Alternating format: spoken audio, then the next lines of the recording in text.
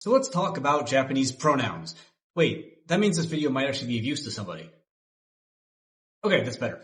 So, before I jump into anything, motivation for this video is that I saw a tweet, which I'm not going to repost here because I don't want people to pile on the author or anything like that, but it was asserting that a character who was gender ambiguous in a game or anime product, I forget, was definitely a man because they used boku.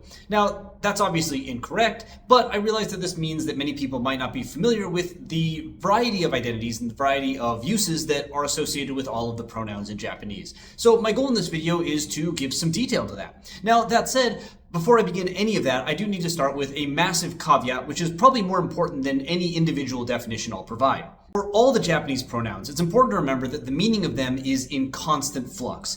If I got two Japanese people together and I asked them to describe which kind of person uses or should use, or doesn't use or should not use any given pronoun, it would be very easy to find 85, 90, maybe even 95% alignment, but nearly impossible to get anywhere close to 100% of the exact same descriptions. As we increase the number of people that we're surveying, or as we move across geographic areas, across subcultures, and definitely across time, generations, those differences are going to get bigger and bigger. And our reason for that is that an understanding of what each Japanese pronoun means is not only defined in part by the context of its use, but also the individual person's personal experiences. That is, how they've seen the pronoun used before, how they've used it before, and how they've heard people discuss it and discussed it themselves. Because every single Japanese person has a bit of a different experience, this means that every single person is going to have a tiny bit of a different idea about what each pronoun means, and that these ideas will change over time. If you're interested in this from an academic perspective, there's studies like this which have shown that protagonists in Japanese TV show aimed at kids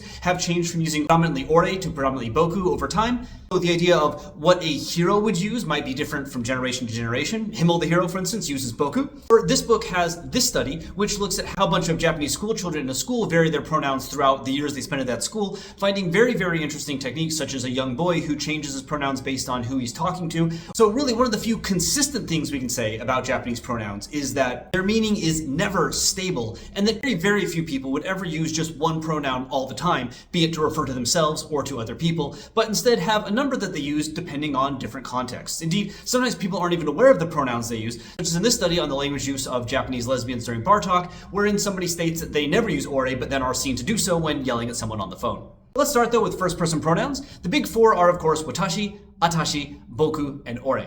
Watashi is basically the safest pronoun. This is said to be a gender-neutral and polite pronoun, and that's more or less true, although when women use it, it's not seen as polite as when a man uses it. Because women use it more in casual speech than men do, it does sometimes have a bit of a feminine association to it, although this is not absolute at all. If you see anyone saying that men do not use Watashi in Japan, that is an absolute falsehood. It definitely is true that non-native speakers are overusers of Watashi, and indeed Watashi is even associated with us quite a lot. In a lot of Japanese comics or Japanese media, if a non-native speaker appears, no matter if they are very, very skilled or very, very not, you can see them using Watashi as their pronoun in almost all cases. And so I know a lot of non-native speakers want to avoid it because they are worried about sounding like a non-native speaker, but sometimes it's good to know what you are. While Watashi can be extremely boring, it is, again, quite safe. If you're trying to show off with another, say, masculine pronoun, and you don't have the actual grammar knowledge or Japanese ability to produce proper Japanese and kind of match the tone that pronoun kind of requires to do its thing, you're not going to sound as cool as you hope you do. That said, though, let's move into the other quote-unquote masculine pronouns, Boku and Ore. Out of these two, Boku is the sort of most acceptable. Boku is seen as semi-polite, like if you used it in an office setting, no one would really bat an eye. Although it can be seen as kind of childish or weak, this is especially true because it is used by Japanese children quite a bit. It's sort of like my first pronoun in a lot of ways. You'll see both young Japanese boys and young Japanese girls using it, and no one will bat an eye whatsoever. So for instance, in a scene like this where you see a young girl using Boku, you shouldn't read into that. Oftentimes it's sort of the child pronoun. Now, women Boku users do exist, and there are a fair number of them. Indeed, there's even a term called Bokuko for women that use Boku. But this is a new label for something that's existed for quite a long time. Indeed, when Japanese started having mandatory education and girls and boys were both being sent to schools, so this is back in the 1800s and so, there were articles and old Japanese linguists complaining about how Japanese women are using Boku, so it's been out there. Certainly more men use Boku than women, there's no question about that. But assertions that only, say, tomboy women use Boku, I'd say are a bit of exaggeration, although I would say that is one reason that somebody could use it. In my own research, I've seen people claim that Boku is used by otaku women, for instance, and there are a myriad of other reasons. You'd honestly just kind of have to ask a lot of people why. Ore, on the other hand, is definitely the most male-associated of all the big four pronouns. Sometimes said to be kind of rude, and it's not inherently rude. If someone's trying to be rude or trying to be tough, trying to sound like a bit of a badass, they probably will use ore.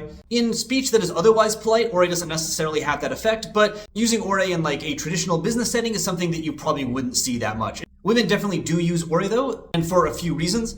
Sometimes it is to kind of have that, badass image. I mentioned earlier the article about Japanese school children adjusting their pronouns. They're or using women that they found there, and they're all kind of the students that are sort of anti-school or not studying. As I mentioned, the lesbian at the bar that was angry.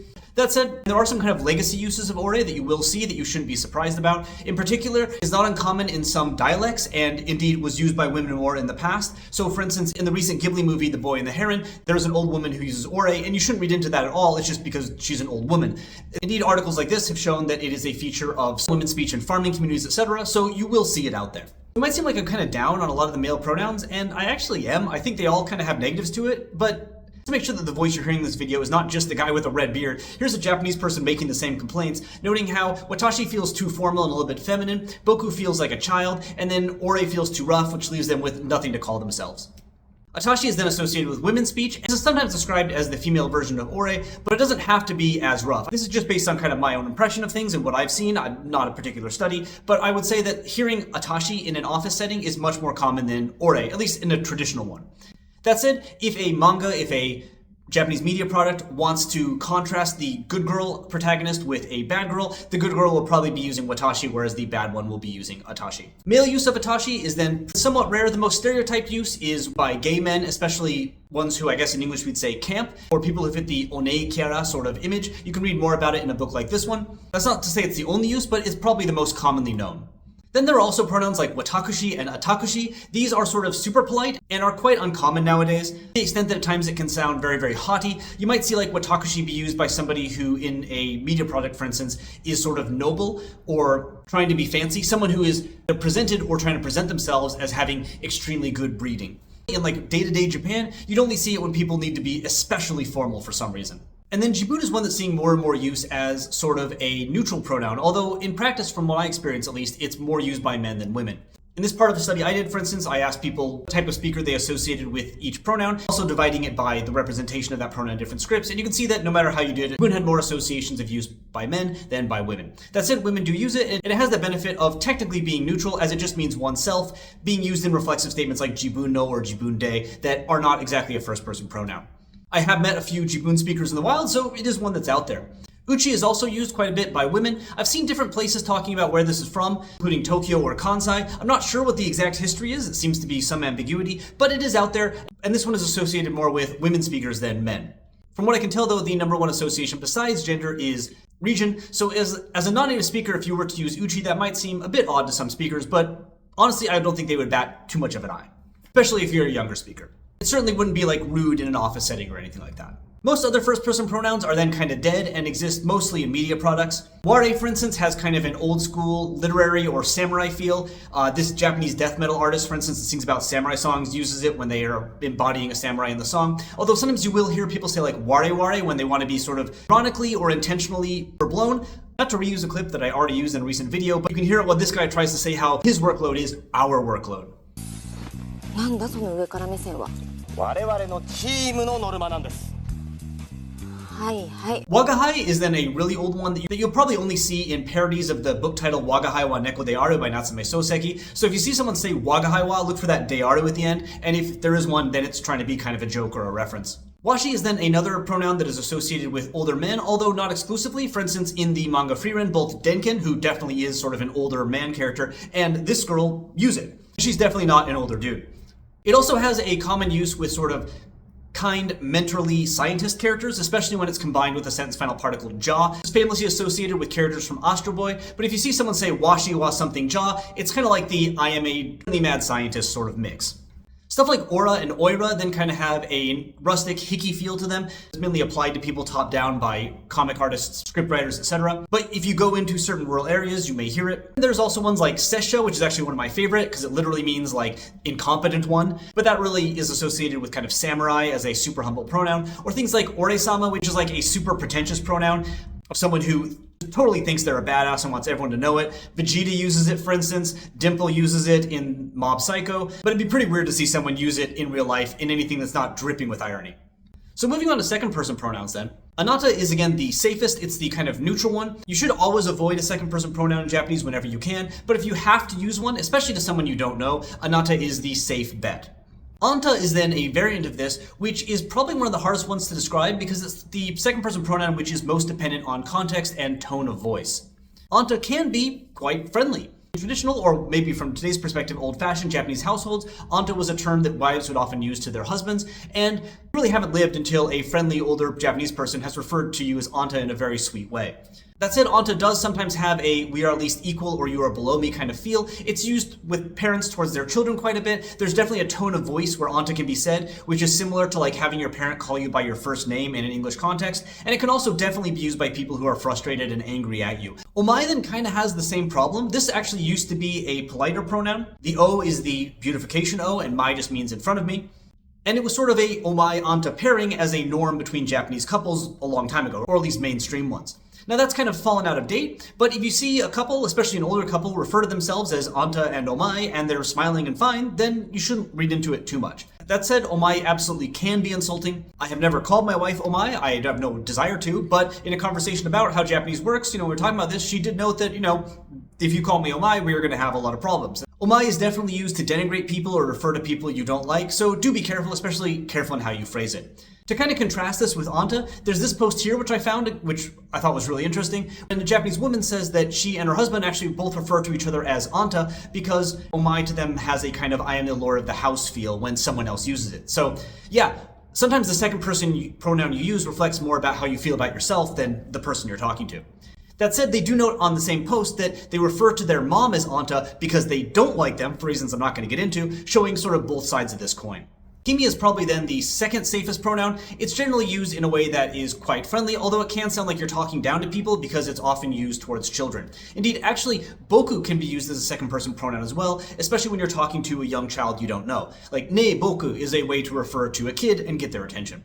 The rest of the second person pronouns in Japanese are then usually almost always insulting. Kisama and temai, which is more commonly rendered as teme, are pronouns that used to be actually polite. Kisama, if you look at the actual kanji, is something like respectable you, but are now basically only used to insult people. So if you watch a Japanese drama that's set in the 1600s and someone calls someone kisama and everything looks fine, that's why. But if you go around calling people kisama and teme because you saw that, you're probably not going to have a good time.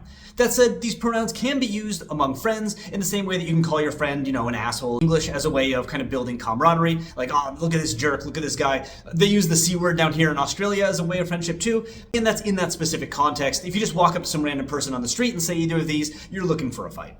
Finally, there aren't that many third-person pronouns in Japanese to talk about. Kare and kanojo for he and she are the most common. These actually didn't used to be used that much a long time ago in Japanese, but got used more and more as they were used in translations of English language literature and are now completely normalized and seen everywhere. The generic koitsu, soitsu, and aitsu then are generally insulting, although again, they can be used in that sort of like, koitsu, like to talk to your friends and make fun of them. But again, be very careful with these.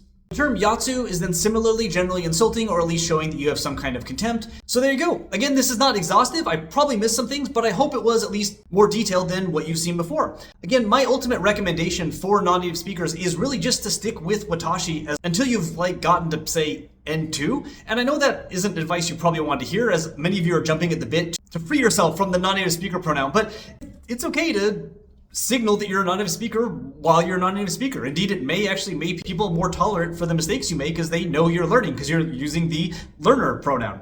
I grew up in kind of the 1990s when web forums were first becoming a big thing, and to use a phrase that was common there, one of the best things you can do to learn how to use pronouns well in Japan is to sort of lurk. Not in Japanese media, but just in Japan, going and seeing how people use pronouns, which pronouns they use where, which pronouns they don't use where, and using that to kind of build a more detailed understanding of what's going on. Even if you're feeling confident about it and willing to do some deep introspection, asking your Japanese friends what pronoun they think you should use, which pronoun fits you the best, might be enlightening. But do remember that while these pronouns are only for men, these pronouns are only for women, this pronoun is always polite, this pronoun is always rude, descriptions are not true, they do represent a sort of standard that does apply to a large majority of cases. So if you do deviate from these norms, don't be surprised when people respond with surprise or potentially even disapproval, especially as because you're a non-native speaker, and this is not fair, but it's just kind of true, when you deviate from the norm, people sometimes think that you just haven't studied enough rather than you're doing something intentionally. That said, feel free to ignore everything I said. Want to explore the avenues that Japanese provides you for expressing your identity via pronouns? It's certainly an interesting thing to do,